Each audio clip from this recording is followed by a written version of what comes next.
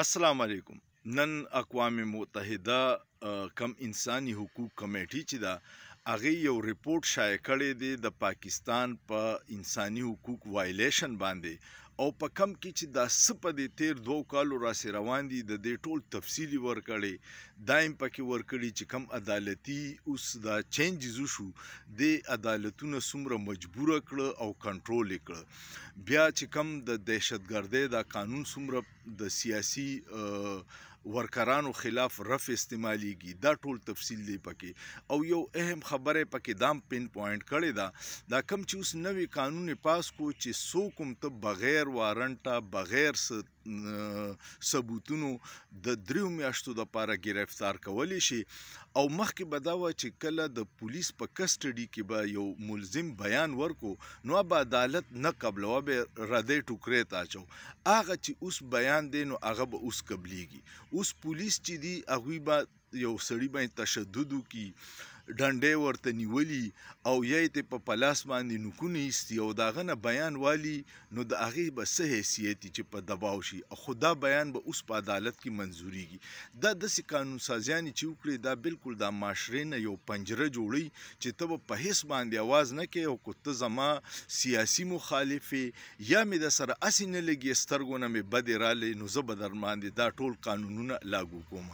خو د پاکستان د حکمرانانو او د فیصله سازو دا خیال دی چې جوړ د دین دنیا نه خبريږي دنیا د دې هر څه نه خبر ده او دا تاریخ جوړیږي دا څه چې مونږ کوو د دې خبر ټول انټرنیشنل کمیونټي تمزي او د دې ریپورت جوړیږي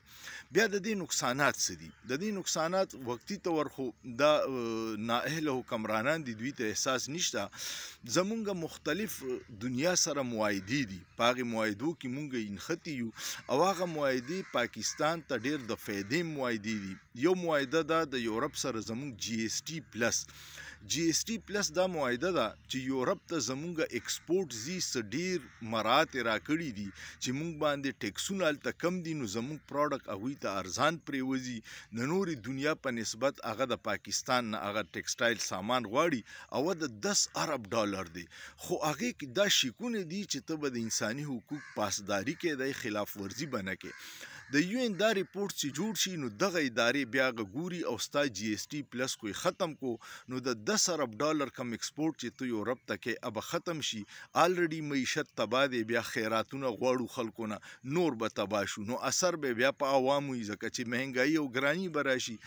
دغسې دا ټول اقدامات چې دي دا د پاکستان بنیادونه کمزوري کوي خو زمونږ اختیارمند کو حکمرانان دي کو جرنیلان دي کو ججان دي کو بیوروکریټس دي د جرنیل 3 کال ټینیوري چې لاړ شي ریټایرډ شي بیا یې څوک تپوس هم نه کوي خپل سپایان هم ورته سلوټ نه کوي دغسې ججانو حال دی چې انصاف ونه کوي او ریټایرډ شي خلک پې لعنت وایي دغه د بیوروکریټو کار دی چې ریټایرډ شي بیا یې څوک په جنازو کې تپوس نه کوي چې ته پکې د کم باغمولی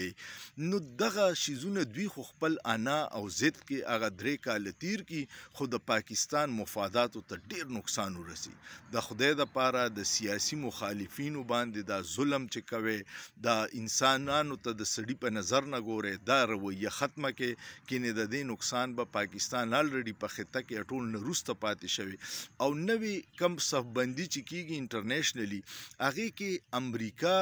چاینا رکاولو د پاره د هندوستان مرګستیا کوي او زمونږ د چاینا سره مرګستیا ده نو بیا به نه د یوې شو نه به د بلې شو ځکه چې هندوستان ستا دومره طاقتورې کو دلته چې ته اوس تا ته پریشر زموږ په مشرانو اچولی چې په بارډر به اوس ډز ډومبک نه کوي تاسو باید تیر شپږ اتو میاشتو کې چېرته دا اورېدلي چې هندوستان یو ډز کړی یا پاکستانیانو فوجیانو ډز کړی نه بالکل نه ځکه دا یې ورته ویلي چې هندوستان اوس تاسو دشمن نه دی اوس تاسو د افغانستان طرف بارډر له توجه ورکړئ او دلته کې لوبه ګرمه کړې ده نو دا ټولې خبرې ته چې وګورې او بیا د خپل حکمرانانو او د فیصله سازو د اقداماتو ته وګورې نو ته به وایې چې یا خدای پاکه دا کم نااهله دی په موږ مسلط کړي دي ستاسو څه خیال دی کوم ویډیو خوښه شوه کمنټ وکړئ لایک یې کړئ شیر یې کړئ او سوچ پې وکړئ په سوچ کې څه ګناه نشته